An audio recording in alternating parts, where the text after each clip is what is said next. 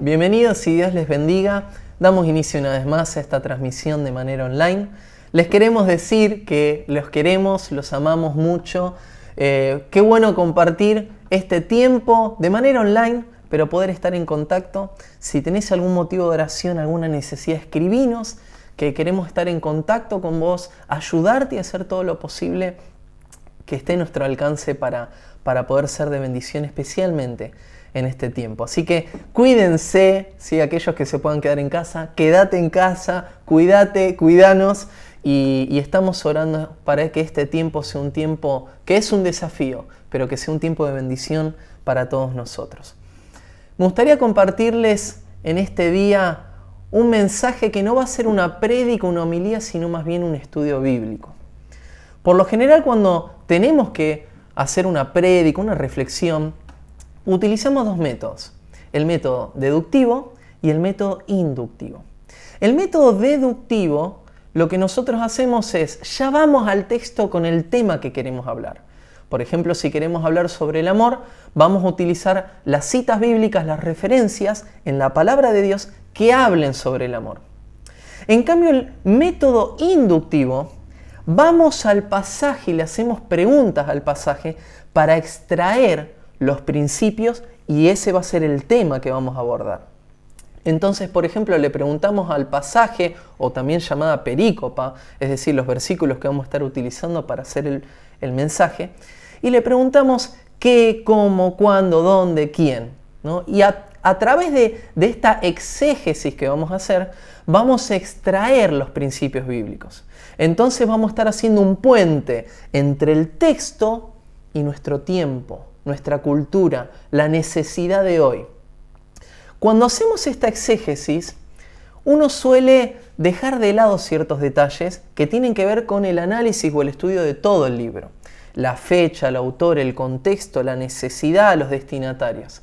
Hoy por eso quiero continuar con esta serie de mensajes. Habíamos iniciado con Marcos y hoy lo vamos a estar haciendo con el Evangelio de Mateo. Quiero en este día hablarte del Evangelio de Mateo. Es por eso que es mi oración en este día que luego de finalizado este estudio despierte en tu vida un interés para poder leer la palabra de Dios y estudiarla. Padre, en el nombre de Jesús, que tu Espíritu Santo abra nuestros oídos espirituales y que podamos aprender a través de tu palabra, que es lámpara a nuestros pies, lumbrera a nuestro camino, que sea ella alumbrando, guiando y bendiciendo nuestro andar. En tu nombre, Jesús, amén y amén. Damos comienzo entonces a este precioso libro que es el Evangelio de Mateo.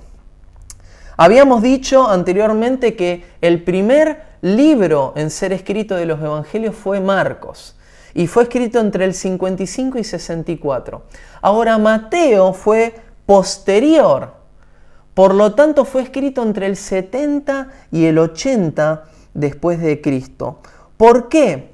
Porque Mateo hace uso de este discurso escatológico, en otras palabras, del fin de los tiempos, con Jesús y narra ciertos pasajes escatológicos en boca de Jesús que tienen que ver con la caída, o mejor dicho, han sido influidos por la caída de Jerusalén en el año 70 o la destrucción del templo de Jerusalén.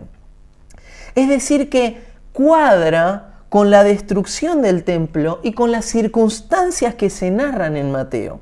Y además, porque Eusebio, quien fue historiador de la iglesia, él menciona que Mateo fue escrito después de Marcos. Por lo tanto, podemos decir que fue escrito entre el 70 y el 80 después de Cristo.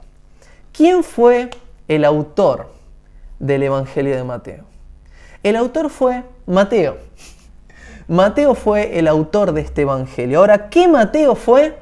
Y fue el discípulo de Jesús, ese recaudador de impuestos que luego de recibir este desafío de ser un seguidor, un discípulo de Jesús, dice que invitó a todos a su casa y hizo una fiesta en honor a Jesús. Y esto me deja pensando, porque cuando Jesús entra en tu casa, querido amigo y amiga, hay fiesta. Cuando Jesús entra en nuestro corazón, entra en tu vida, hay fiesta, hay gozo y hay alegría. Esto es lo que sucede, este es el cambio cuando uno invita a Jesús a su casa. Tiene que haber fiesta, tiene que haber un cambio de alegría y de gozo en la vida de uno. Papías, uno de los padres de la iglesia, es decir, el discípulo de los discípulos, él menciona a Mateo como el autor, junto a otros padres de la iglesia como por ejemplo Orígenes y Jerónimo.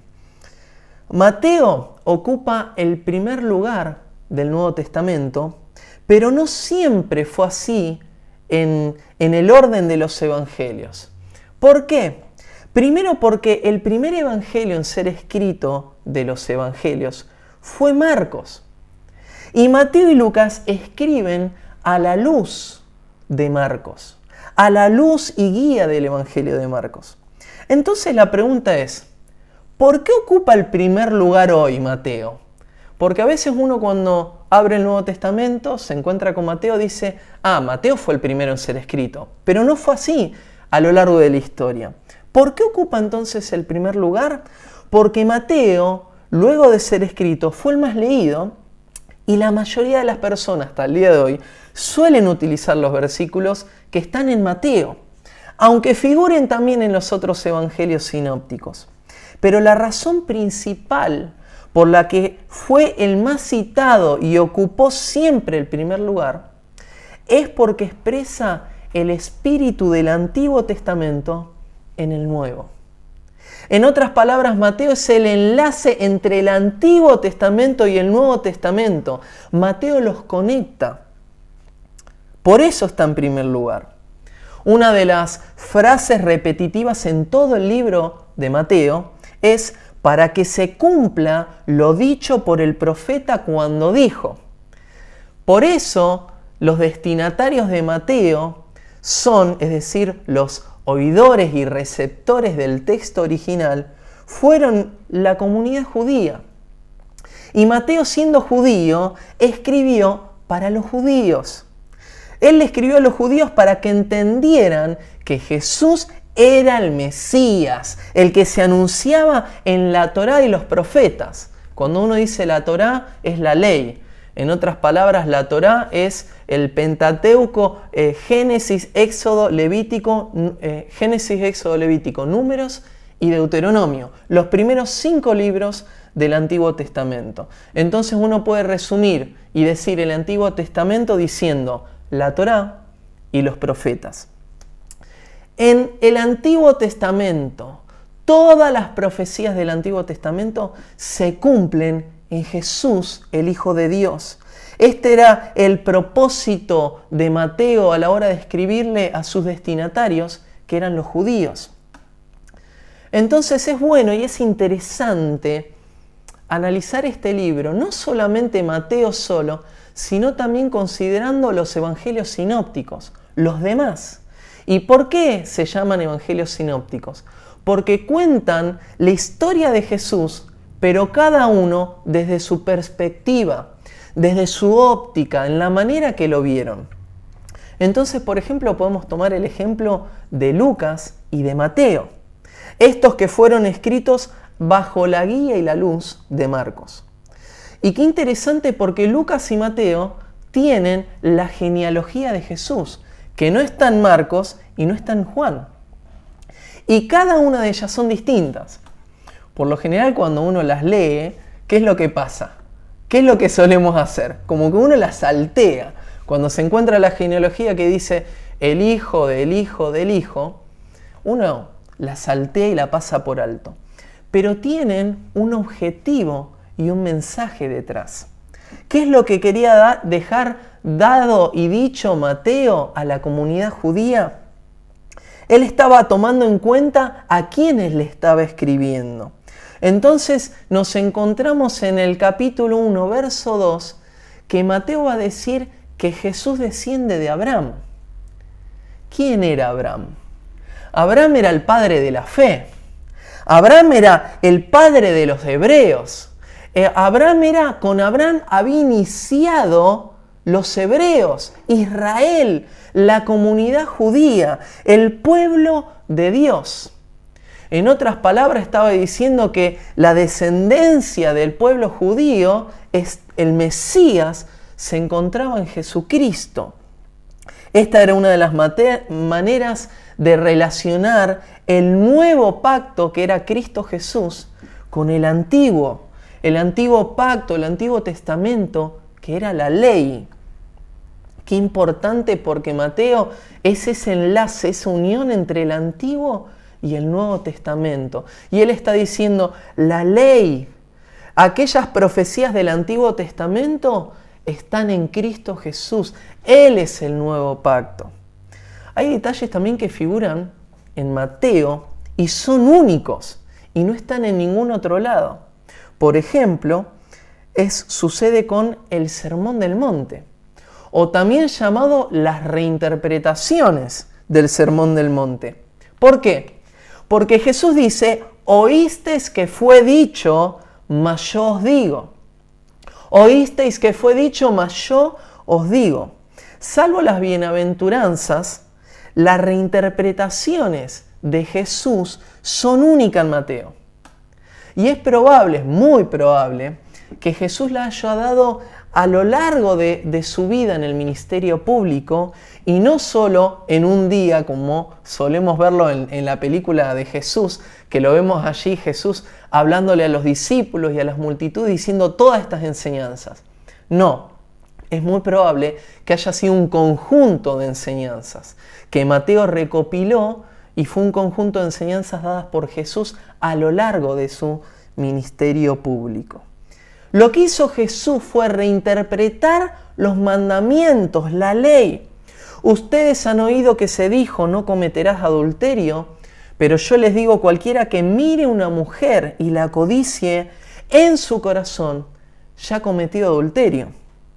En otras palabras, la acción de cometer adulterio es pecado, pero también lo que pienses en tu mente y en tu corazón es como si lo hicieras. Ustedes han oído ojo por ojo y diente por diente, pero yo les digo, no resistan al que les haga mal. Si te hieren en la mejilla, poné la otra, dice. En otras palabras, vence el mal con el bien. No hay que devolver mal por mal, vence el mal con el bien. Mi papá solía tener una frase que se la acuña a Edmund Burke y dice así: lo único que hace falta para que triunfe el mal es que los buenos no hagan nada. La única manera de vencer el mal es con el bien, con buenas semillas que sean de bien. Es la única manera de marcar una diferencia. Y además, otro detalle muy interesante. En Mateo es el único de los evangelios que utiliza la palabra iglesia. Esta palabra del griego koiné, eklesia. Es el único en utilizarla en Mateo 16, 18.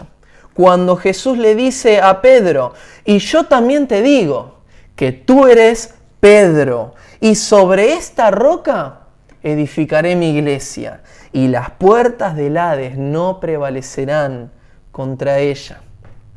Lo que Jesús le estaba diciendo es, sobre esta roca, sobre esta declaración que acabas de decir, Pedro. ¿Qué es lo que acababa de decir Pedro?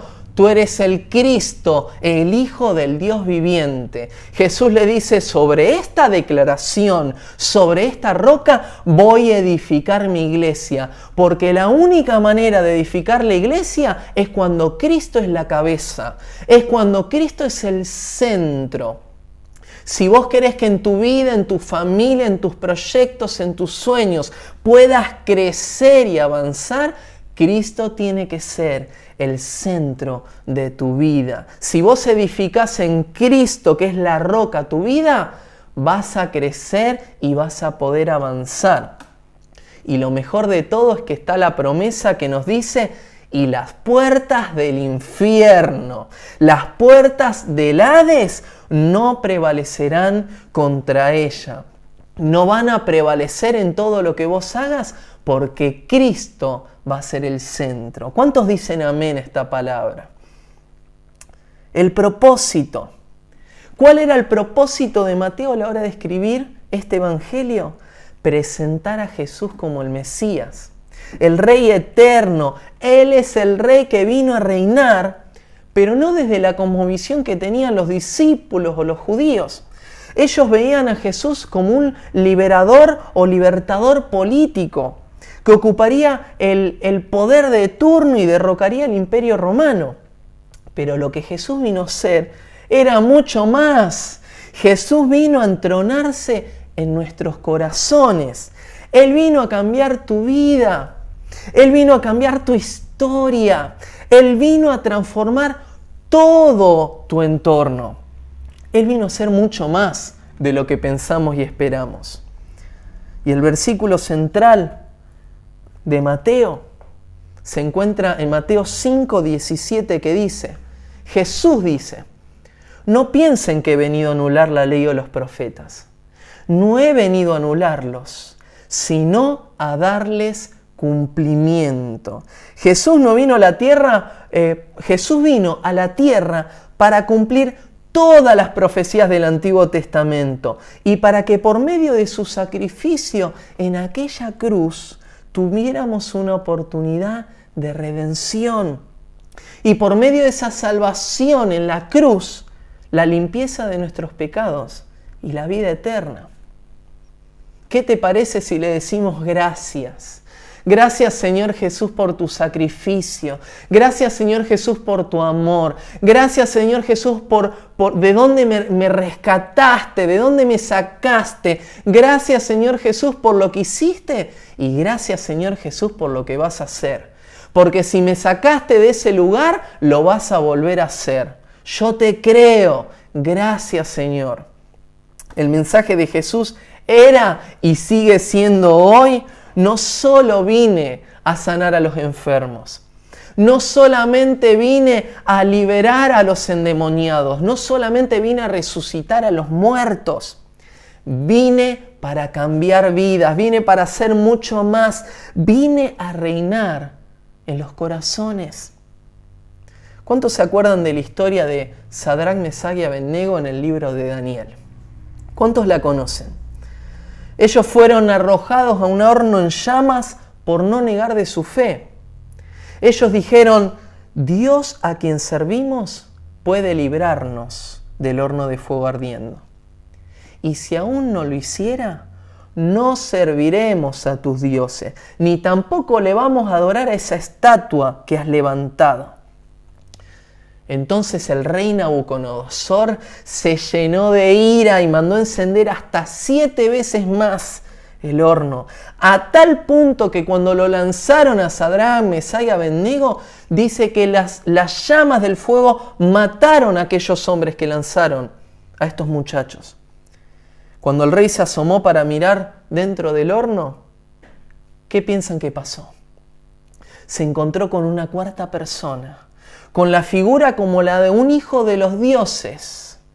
Pero este hijo de los dioses no tenía nada que ver con los dioses del rey Nabucodonosor.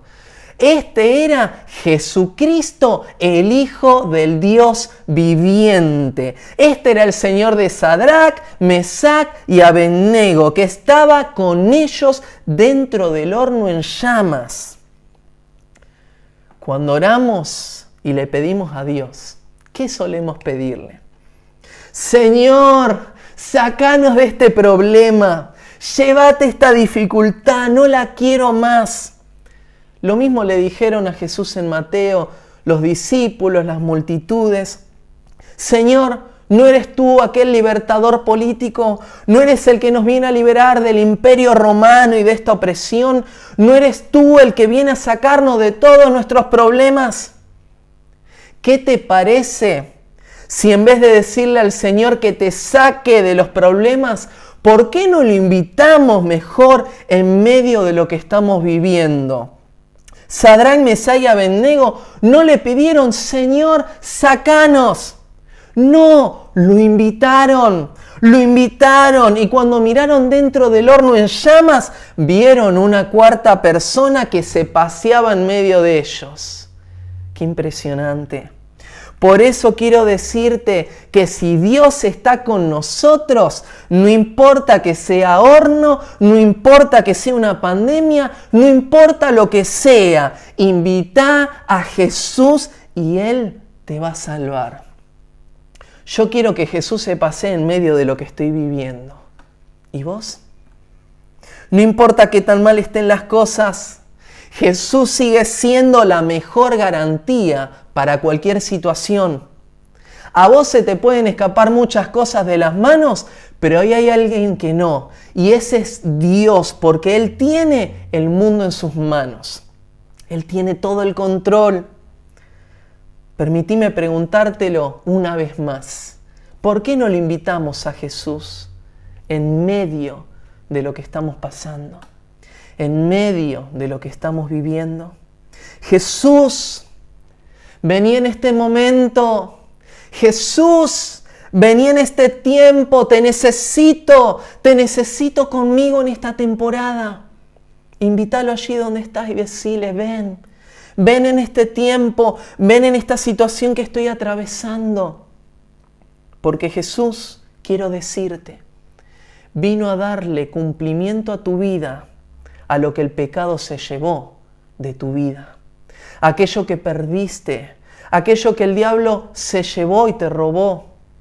Todo aquello que perdiste por causa del pecado, Jesús vino a darle cumplimiento. Hoy Dios quiere entrar en tu vida. Hoy Dios quiere entrar en medio de lo que estás viviendo y transformar todo tu entorno. ¿Qué te parece si hacemos una oración? Si tú eres esa persona y anhelas esto, decile allí donde estás, Señor Jesús, yo sé que viniste para más, para hacer más de lo que pueda pensar en mi vida. Te necesito. Te necesito, vení en este tiempo, en este momento, para que cumplas, para que hagas, para que me ayudes en aquello que no puedo. Hoy te invito en mí, en mi corazón, en medio de esta situación de lo que estoy pasando. Padre, en el nombre de Jesús te pido perdón por mis pecados. Te pido que me limpies y me purifiques de todo pecado con tu sangre preciosa. Y hoy te recibo en mi corazón y te invito en esta situación que esté atravesando. Ven con tu paz ahora. Ven, Señor, con tu amor. Ven, Señor, con tu perdón. Y lléname ahora. Lléname ahora. Cambia todo lo que tengas que cambiar. En el nombre de Jesús. Amén y amén.